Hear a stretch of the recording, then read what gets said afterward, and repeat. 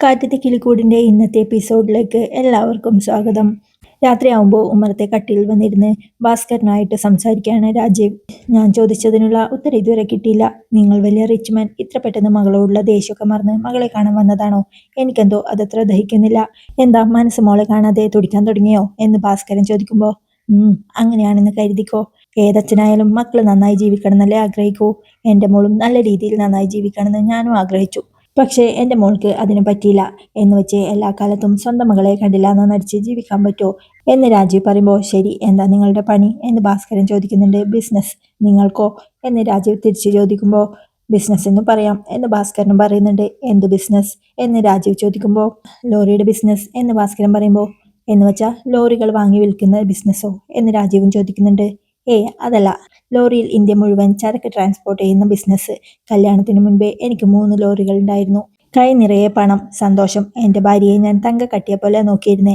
അങ്ങനെ ഒരു മിനിമം സ്പീഡിൽ അങ്ങ് പോകുമ്പോൾ ബൂം, അവൾ അങ്ങ് പോയി. അവളെ കൊന്നത് ഞാനാണെന്ന് പറഞ്ഞ് പോലീസ് എന്നെ പിടിച്ചും കൊണ്ടുപോയി. കോടതിയാണെങ്കിൽ അത് ശരിയും വെച്ച് എന്നെ അകത്താക്കി.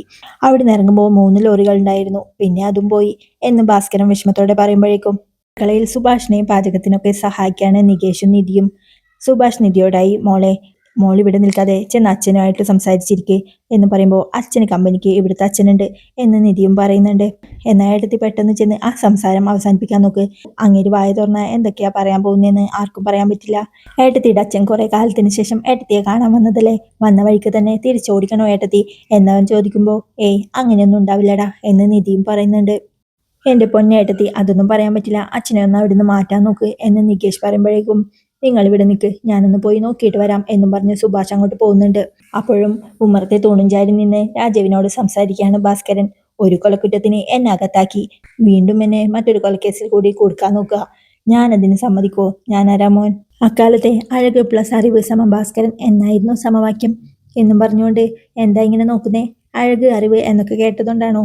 ഇപ്പോഴത്തെ എന്നെ നോക്കണ്ട. അക്കാലത്തെ ലോറിക്കാർക്കിടയിലെ അരവിന്ദസ്വാമി എന്നൊക്കെയാ എന്നെ വിളിച്ചുകൊണ്ടിരുന്നേ. അത് കേട്ട് രാജീവ് പൊട്ടിച്ചിരിക്കുന്നത് കണ്ട്, ഡോൺ ലാഫ് എന്നും പറഞ്ഞ് ഭാസ്കരൻ കട്ടിലേക്ക് വന്നിരിക്കുന്നുണ്ട്. അന്നത്തെ കാലത്തെ എൻ്റെ പുറകെ സുന്ദരികളുടെ മാർച്ച് വാസ്റ്റ് ആയിരുന്നു. അതൊക്കെ ഒരു കാലം എന്ന് ഭാസ്കരൻ പറയുമ്പോഴേക്കും സുഭാഷും അങ്ങോട്ട് വരുന്നുണ്ട്. സുഭാഷ് രാജീവിനോടായി, സാറേ നമുക്ക് അകത്തോട്ടിരിക്കാം എന്ന് പറയുമ്പോൾ, വേണ്ട, ഞാനിവിടെ ഇരുന്നോളാം എന്ന് രാജീവും പറയുന്നുണ്ട്.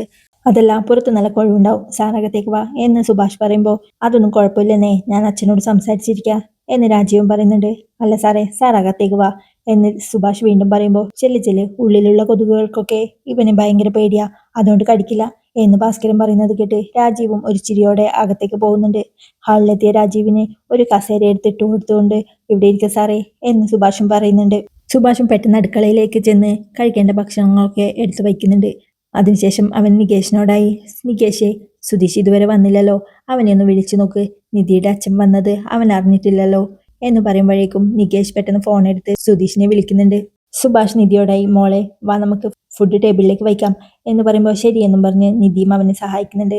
അവർ രണ്ടുപേരും ഭക്ഷണവുമായി ഡൈനിങ് ഹാളിലെത്തുമ്പോഴേക്കും രാജീവ് ആരെയോ ഫോൺ വിളിച്ചിരിക്കുകയാണ്.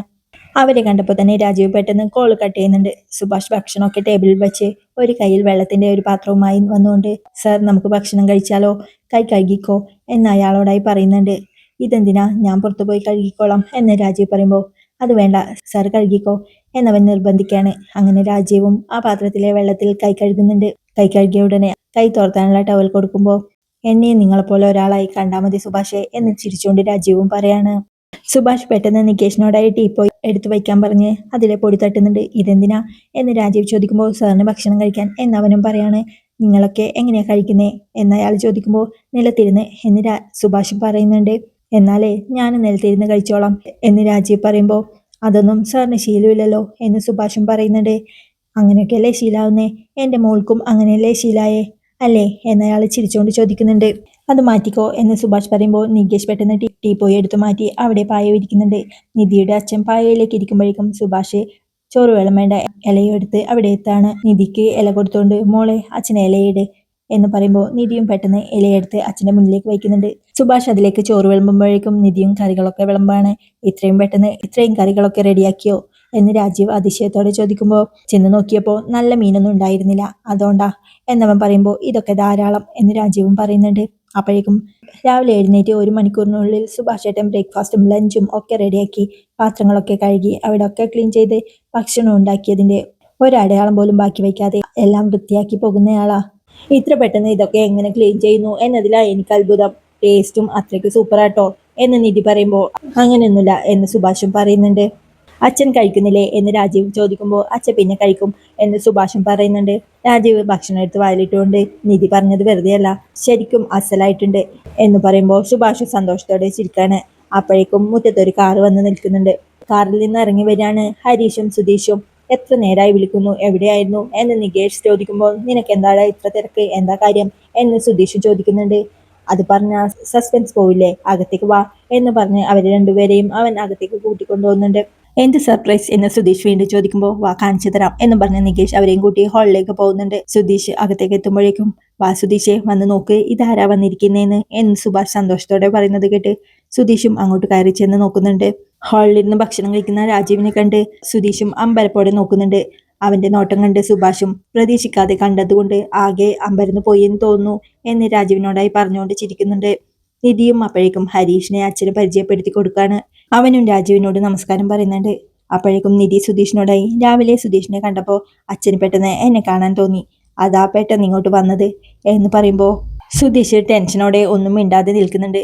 എന്താ ഇങ്ങനെ ഒന്നും മിണ്ടാതെ നിൽക്കുന്നേ എന്ന് സുഭാഷ് ചോദിക്കുമ്പോൾ അവൻ രാവിലെയും ഇങ്ങനെ തന്നെയായിരുന്നു, ഞാൻ സംസാരിക്കുമ്പോൾ ഒന്നും മിണ്ടാതെ തന്നെ നിൽക്കായിരുന്നു എന്ന് രാജീവും പറയുന്നുണ്ട്. അല്ലേ സുധീഷെ എന്ന് സുധീഷിനോടായി ചോദിക്കുമ്പോൾ ഇന്ന് വരാൻ തോന്നിയതിൽ ഒരുപാട് സന്തോഷം എന്ന് സുധീഷും പറയുന്നുണ്ട്. അപ്പോഴേക്കും സുഭാഷും നിങ്ങൾ കൈ കഴുകിയിരിക്കെ ഭക്ഷണം വിളമ്പാം എന്ന് പറയുമ്പോൾ അതെ ചേട്ടൻ നല്ല അസല് ഭക്ഷണം ഉണ്ടാക്കി വെച്ചിട്ടുണ്ട്, പെട്ടെന്ന് കൈ കഴുകിയിട്ട് വാ എന്ന് രാജീവും പറയാണ്. ഹരീഷും സുധീഷും കൈ കഴുകാനായി പുറത്തേക്ക് പോകുന്നുണ്ട്. സുധീഷ് ചേട്ടാ, ഇങ്ങേരുടെ അമ്മായിയപ്പൻ നേരെ ഇങ്ങോട്ടാണല്ലോ വന്നത്, നല്ല സന്തോഷത്തിലുമാണ് ഭക്ഷണവും കഴിക്കുന്നുണ്ട്. ഇതൊക്കെ കണ്ടിട്ട് സുധീഷ് ചേട്ടൻ പറഞ്ഞ പോലെ ഒന്നും അല്ലല്ലോ തോന്നുന്നത് എന്ന് പറയുമ്പോൾ എടാ അങ്ങേരെന്തോ തീരുമാനിച്ചുറപ്പിച്ചിട്ടുള്ള വരവാണെന്നാ തോന്നേ എന്ന് സുധീഷും ടെൻഷനോടെ പറയുന്നുണ്ട്. പറഞ്ഞ പോലെ ചെയ്യാൻ പോവാണോ, ഇനി ഏട്ടത്തിയെ കൂട്ടിക്കൊണ്ടുപോകാനുള്ള വരവാണോ എന്ന് ഹരീഷ് ചോദിക്കുമ്പോൾ അങ്ങനെ എന്തെങ്കിലും സംഭവിക്കാൻ നമ്മൾ ഒരു കാരണവശാലും സമ്മതിക്കരുത് എന്ന് സുധീഷും ഹരീഷിനോടായി പറയുന്നുണ്ട്. അപ്പോഴേക്കും സുഭാഷ് വീണ്ടും അവരെ വിളിക്കുന്നത് കേട്ട് അവർ പെട്ടെന്ന് കൈ കഴുകി അകത്തേക്ക് പോകുന്നുണ്ട്. സുധീഷും ഹരീഷും അവിടെ ഇട്ടിരുന്ന പായയിലിരുന്ന് ഭക്ഷണം കഴിക്കാൻ തുടങ്ങുമ്പോഴേക്കും സുധീഷും ടെൻഷനോടെ രാജീവിനെ തന്നെ നോക്കുന്നുണ്ട്.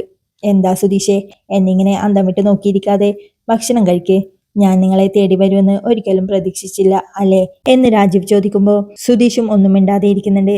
രാജീവ് പെട്ടെന്ന് സുഭാഷിനെ നോക്കി സുഭാഷ് കഴിക്കുന്നില്ലേ എന്ന് ചോദിക്കുമ്പോൾ ഞാൻ പിന്നെ ഇരുന്നോളാം എന്ന് പറയുന്നുണ്ട്. അയാൾ നിധിയെ നോക്കുമ്പോൾ നിധിയും ഞാൻ സുഭാഷ് ഏട്ടൻ്റെ കൂടെ കഴിച്ചോളാം എന്ന് പറയാണ്. അങ്ങനെ അവർ എല്ലാവരും ഭക്ഷണം കഴിക്കുന്നുണ്ട്. അപ്പോഴെങ്കിലും ഉമ്മറത്തെ കട്ടിലിരുന്ന് സൂര്യനായി തഴുകി ഉറക്കമുണർത്തുമെന്ന അച്ഛനെയാണ് എനിക്കിഷ്ടം എന്ന പാട്ടും പാടി ഒരു ബീഡിയും വലിച്ചിരിക്കുകയാണ് ഭാസ്കരൻ.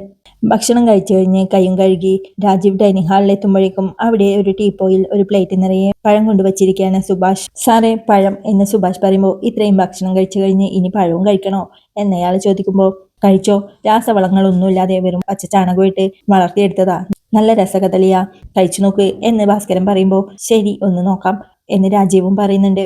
പഴം കഴിച്ചു കഴിഞ്ഞ് സുഭാഷിനോടായി എന്താ സുഭാഷേ ഇങ്ങനെ അടുക്കളയിൽ ചോറും കറിയും വെച്ച് ജീവിച്ചാൽ മതിയോ, ഒരു കല്യാണമൊക്കെ കഴിക്കണ്ടേ എന്ന് ചോദിക്കുമ്പോൾ നോക്കുന്നുണ്ടച്ചാ ഉടനെ ഉണ്ടാവും എന്ന് നിധിയും പറയുന്നുണ്ട്. അപ്പൊ ശരി, എൻ്റെ മോൾ എന്തായാലും ഇവിടെ സന്തോഷത്തോടെയാണ് ജീവിക്കുന്നതെന്ന് എനിക്ക് മനസ്സിലായി. ഇവിടെ വന്ന് ഒരു നേരത്തെ ഭക്ഷണം കഴിച്ചു, ഇനി ഞാൻ ഇറങ്ങട്ടെ എന്ന് രാജീവ് ചോദിക്കുമ്പോൾ ശരി എന്ന് ഭാസ്കരനും പറയുന്നുണ്ട്. സുധീഷും ആശ്വാസത്തോടെ നെഞ്ചത്ത് കൈവച്ച് ഭാഗ്യം എന്ന് ഹരീഷിനോട് പറയുന്നുണ്ട്. രാജീവ് നിധിയോടായി മോളെ അച്ഛൻ ഇറങ്ങട്ടെ എന്ന് പറയുമ്പോൾ ശരി അച്ഛ, അമ്മയോട് എല്ലാവരോടും എൻ്റെ അന്വേഷണം പറയണം, അമ്മയെ ഞാൻ വിളിച്ചോളാം എന്ന് പറയുന്നുണ്ട്. രാജീവ് പെട്ടെന്ന് ഭാസ്കരൻ്റെ അടുത്തേക്ക് ചെന്ന് എനിക്കൊരു കാര്യം പറയാനുണ്ട് എന്ന് പറയുമ്പോൾ എന്താ എന്ന് ഭാസ്കരനും ചോദിക്കുന്നുണ്ട്.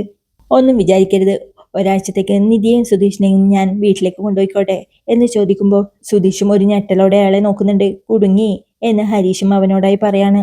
അതെന്തിനാച്ചാ എന്ന് നിധി രാജീവിനോടായി ചോദിക്കുമ്പോൾ എന്താ മോളെ അങ്ങനെ പറയുന്നത്, അങ്ങനെ ഒരാഗ്രഹം ഞങ്ങൾക്കും ഉണ്ടാവില്ലേ, നിങ്ങൾ അവിടെ വന്നപ്പോഴൊക്കെ ഞങ്ങൾ നിങ്ങളോട് നന്നായിട്ടല്ല സംസാരിച്ചതെന്ന് ഞങ്ങൾക്കറിയാം, അത് ഞങ്ങളുടെ അപ്പോഴത്തെ ദേഷ്യം കൊണ്ട് മാത്രം. എന്നാലും എല്ലാ കാലവും നിന്നെ അങ്ങോട്ട് വിളിക്കാതിരിക്കാൻ ഞങ്ങൾക്ക് പറ്റുമോ, ആ വീട് നിന്റെയും കൂടിയല്ലേ, അതുകൊണ്ടാണ് ഞാൻ നിന്നെയും സുധീഷിനെയും ഒരാഴ്ചത്തേക്ക് അങ്ങോട്ട് കൊണ്ടുപോകാം എന്ന് കരുതിയത് എന്ന് രാജീവ് പറയുമ്പോൾ സംശയത്തോടെ കയ്യും കെട്ടി നോക്കി നിൽക്കാണ് ഭാസ്കരൻ. അതിനെന്തിനാ ഇപ്പൊ തന്നെ പോകുന്നേ, കുറച്ച് ദിവസം കഴിഞ്ഞിട്ട് പോയപ്പോരെ എന്ന് സുധീഷ് പറയുമ്പോൾ, സാറ് പറയുന്നതല്ലേ സുധീഷേ എന്ന് സുഭാഷും പറയുന്നുണ്ട്. അത് ശരിയാ, പക്ഷെ നിധിക്ക് ഇവിടെ കുറച്ച് ഇന്റർവ്യൂസ് ഒക്കെ ഉണ്ട്, അതൊന്നും മിസ്സാക്കാൻ പറ്റില്ലല്ലോ എന്ന് സുധീഷ് പറയുമ്പോൾ, അതിന് ഒരുപാട് ദിവസമൊന്നും ഞാൻ ചോദിച്ചില്ലല്ലോ, വെറും ഒരാഴ്ചയല്ലേ, അതിനിടയിൽ എന്തെങ്കിലും ഇന്റർവ്യൂ വന്നാ ഇങ്ങോട്ട് വന്ന് അറ്റൻഡ് ചെയ്താൽ പോരെ, വെറും 3 മണിക്കൂറത്തെ ഡ്രൈവ് അല്ലേ ഉള്ളൂ എന്ന് പറഞ്ഞുകൊണ്ട് സുഭാഷിനോടായി സുഭാഷ് എന്ത് പറയുന്നു എന്ന് രാജീവ് ചോദിക്കുന്നുണ്ട്.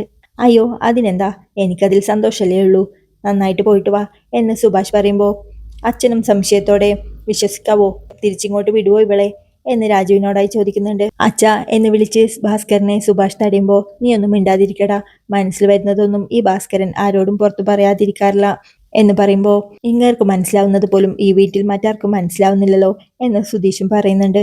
അത് കേട്ട് രാജീവും, ഞാൻ ഇവളെ മാത്രം കൊണ്ടുപോകുന്നു എന്ന് പറഞ്ഞാലല്ലേ നിങ്ങൾക്ക് സംശയം വരേണ്ടതുള്ളൂ, ഇതിപ്പോ രണ്ടുപേരെയും ഒരുമിച്ച് കൊണ്ടുപോവാം എന്നല്ലേ ഞാനും പറഞ്ഞത്, ഇവളെ എന്നും വന്ന് കാണണമെന്ന് ഇവളുടെ അമ്മ പറയാറുണ്ട്. ഇതിപ്പോ ഞാൻ ഒറ്റയ്ക്ക് വന്ന് ഇവിടുന്ന് ഭക്ഷണമൊക്കെ കഴിച്ചിട്ട് പോയി എന്ന് പറഞ്ഞാൽ അവക്കാകെ സങ്കടാവും, ഇവരും കൂടി എൻ്റെ കൂടെ വരുന്നെന്ന് പറഞ്ഞാൽ ഏറ്റവും കൂടുതൽ സന്തോഷിക്കുന്നത് അവളായിരിക്കും, പെറ്റ വയറല്ലേ, അവൾക്കും ആഗ്രഹം ഉണ്ടാവില്ലേ എന്ന് രാജീവ് പറയുന്നത് കേട്ട്, സാർ ഇവരെ കൂട്ടിയിട്ട് പോയിക്കോ, ഇവിടെ ആർക്കും ഒരു കുഴപ്പമില്ല എന്ന് സുഭാഷ് പറയുന്നത് കേട്ട്, ഓ എന്നും പറഞ്ഞുകൊണ്ട് സുധീഷ് നിൽപ്പാണ്. ഒരുപാട് സന്തോഷം എന്ന് രാജീവും സുഭാഷിനോടായി പറയുന്നുണ്ട്. മോൾ എന്ത് പറയുന്നു എന്ന് നിധിയോടായി അയാൾ ചോദിക്കുമ്പോൾ, നിധിയും ഒരു ചിരിയോടെ അയാളെ നോക്കാണ്. എന്നാ പിന്നെ ഞാനിപ്പോൾ പോയിട്ട് നാളെ രാവിലെ നിങ്ങളെ രണ്ടുപേരെയും കൊണ്ടുപോകാൻ വരാം എന്ന് പറയുമ്പോൾ, എല്ലാവരും അത് സമ്മതിക്കുന്നത് കണ്ട് ഞാൻ ഇറങ്ങാം എന്നും പറഞ്ഞ് അയാൾ ഇറങ്ങാൻ ഒരുങ്ങാണ്. അച്ഛൻ പോയിട്ട് രാവിലെ വരാ എന്നാണോ എന്ന് നിധി ചോദിക്കുമ്പോൾ, ഇനിയിപ്പോൾ വീട്ടിലേക്ക് പോകാൻ പറ്റില്ല, ഞാനിവിടെ അടുത്ത് എവിടെയെങ്കിലും ഹോട്ടലുണ്ടോ നോക്കിയിട്ട് അവിടെ നിന്നോളാം, ഡ്രസ്സും സാധനങ്ങളൊക്കെ വണ്ടിയിലുണ്ട് എന്ന് രാജീവ് പറയുന്നത് കേട്ട്, സാറിനെ പോലുള്ള ഒരാൾക്ക് താമസിക്കാനുള്ള സൗകര്യങ്ങളൊന്നും ഇവിടെ ഇല്ലാതായി പോയി എന്ന് സുഭാഷും പറയുന്നുണ്ട്. അതൊന്നും സാരമില്ല ഏട്ടാ, നമ്മളും വൈകാതെ ഇത് വലിയൊരു വീടുണ്ടാക്കുമല്ലോ, അപ്പൊ താമസിക്കാലോ എന്ന് സുധീഷും പറയുന്നുണ്ട്. എന്ത് സൗകര്യം, മനസ്സാണ് കാര്യം, മനസ്സുണ്ടെങ്കിലേ എവിടെയും നിൽക്കാം, കുചേലന്റെ കുപ്പയാണെങ്കിലും കുബേരന്റെ കൊട്ടാരമാണെങ്കിലും മനസ്സാ പ്രധാനം എന്ന് ഭാസ്കരൻ പറയുന്നത് കേട്ട്, മതി അച്ഛ എന്ന് പറഞ്ഞ് സുഭാഷും അയാളെ താക്കീത് ചെയ്യുന്നുണ്ട്. നീ ഒന്നും മിണ്ടാതിരിക്കടാ, എനിക്ക് പറയാനുള്ളത് ഞാൻ എവിടെ വെച്ചാണെങ്കിലും പറയും എന്ന് ഭാസ്കരനും പറയുന്നുണ്ട്. സാറേ, സുധീഷ് പറഞ്ഞ പോലെ അധികം വൈകാതെ ഞങ്ങൾ ഒരു വലിയ വീടുണ്ടാക്കും, അപ്പൊ സാറിന് ഞങ്ങളുടെ കൂടെ തന്നെ താമസിക്കാം എന്ന് സുഭാഷ് പറയുന്നത് കേട്ട്, എന്താ സുഭാഷ് ഇങ്ങനെയൊക്കെ പറയുന്നേ, ഞാനിവിടെ താമസിക്കാത്തത് കൊണ്ടാണോ, എന്നാ പിന്നെ ഇത് കേട്ടോ, ഞാൻ എന്തായാലും ഇന്ന് ഇവിടെ തന്നെയാ താമസിക്കാൻ പോകുന്നേ എന്ന് രാജീവ് പറയുന്നത് കേട്ട് സുധീഷും ഒരു ഞെട്ടലോടെ ഹരീഷിനെ നോക്കുന്നുണ്ട്. അച്ഛൻ പറഞ്ഞത് സത്യാണോ എന്ന് നിധി സംശയത്തോടെ ചോദിക്കുമ്പോഴേക്കും, അതെ ഇന്നിവിടെ ഈ വീട്ടിൽ എന്ന് രാജീവും പറയുന്നുണ്ട്. സുഭാഷും സന്തോഷത്തോടെ അത് സമ്മതിക്കാണ്. സുധീഷും ഹരീഷും ടെൻഷനോടെ നോക്കി നിൽക്കാണ്.